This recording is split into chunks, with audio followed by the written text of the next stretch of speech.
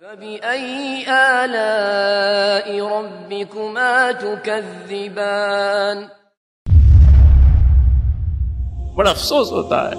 ہمارے نوجوان جب یونیورسٹی کی طرف جاتے ہیں، اسکول کی طرف جاتے ہیں، اتنا بھاری بیگ ہے کہ اٹھایا نہیں جاتا ان بچوں سے، مگر اس میں قرآن مجید کے ایک پارے کا ترجمہ موجود نہیں ہے۔ 30 تو چھوڑیے،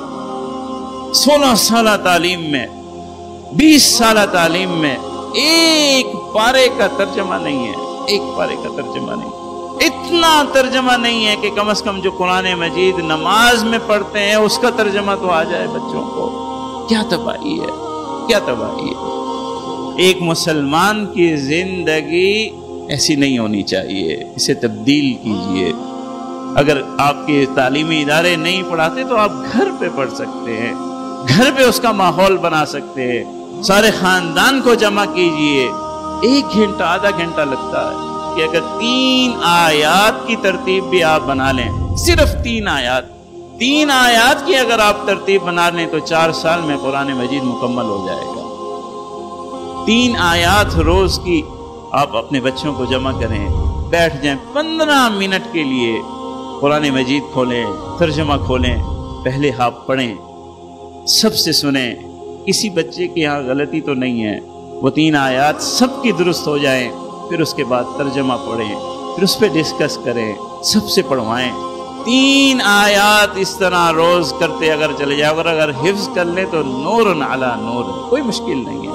کوئی مشکل نہیں ہے، کرنے پہ تو آئیے۔ 15 منٹ بھی اگر زندگی کے قرآن مجید کو نہیں دے سکتے ہیں تو پھر یاد رکھیے، اللہ کے رسول صلی اللہ علیہ وسلم کی حدیث ہے، ہر انسان کے لیے قرآن مجید کا قیامت کے روز 2 ہی تعلق ہے، یا وہ اس کے حق میں وکیل ہوگا یا اس کے مخالف کھڑا ہو جائے گا۔ یہ حق میں یہ کہے گا کہ یا اللہ یہ مجھے پڑھنے والا تھا،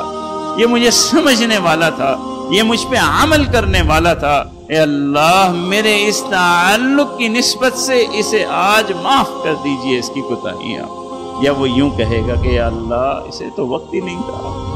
زندگی کے کتنے برس گزار کے آیا ہے، پوچھئے تو صحیح اس نے مجھے کب کب پڑھا ہے، کب کب سمجھا ہے، کس کس زندگی کے مرحلے پہ مجھے کھول کر کے مجھ سے رہنمائی حاصل کی ہے، اتنی عمر گزر گئی ہے۔ اگر قرآن مجید نہیں پڑھا، ترجمہ نہیں پڑھا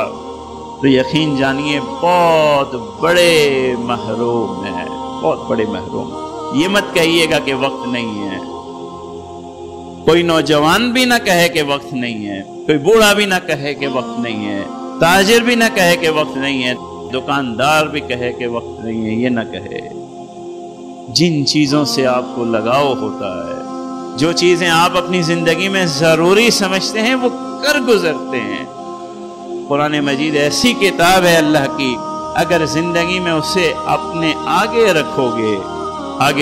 سامنے، آگے رکھو گے سامنے، پڑھو گے اسے، سمجھو گے اسے، اس کو دیکھ کر کے اس پہ عمل کرو گے تو وہ رہنمائی کرتے ہوئے تمہیں جنت کی طرف لے جائے گی، وہ رہنمائی کرتے ہوئے تمہیں اللہ کی رضا کی طرف لے جائے گی، وہ رہنمائی کرتے ہوئے تمہیں بلندیوں کی طرف لے جائے گی، اور اتنی بلندیوں کی طرف لے جائے گی کہ تم اس کا تصور نہیں کر سکتے، تصور نہیں کر سکتے۔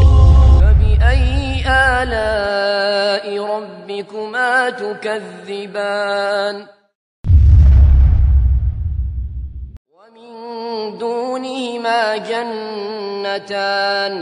فَبِأَيِّ آلَاءِ رَبِّكُمَا تُكَذِّبَانِ مُدْهَامَّتَانِ فَبِأَيِّ آلَاءِ رَبِّكُمَا تُكَذِّبَانِ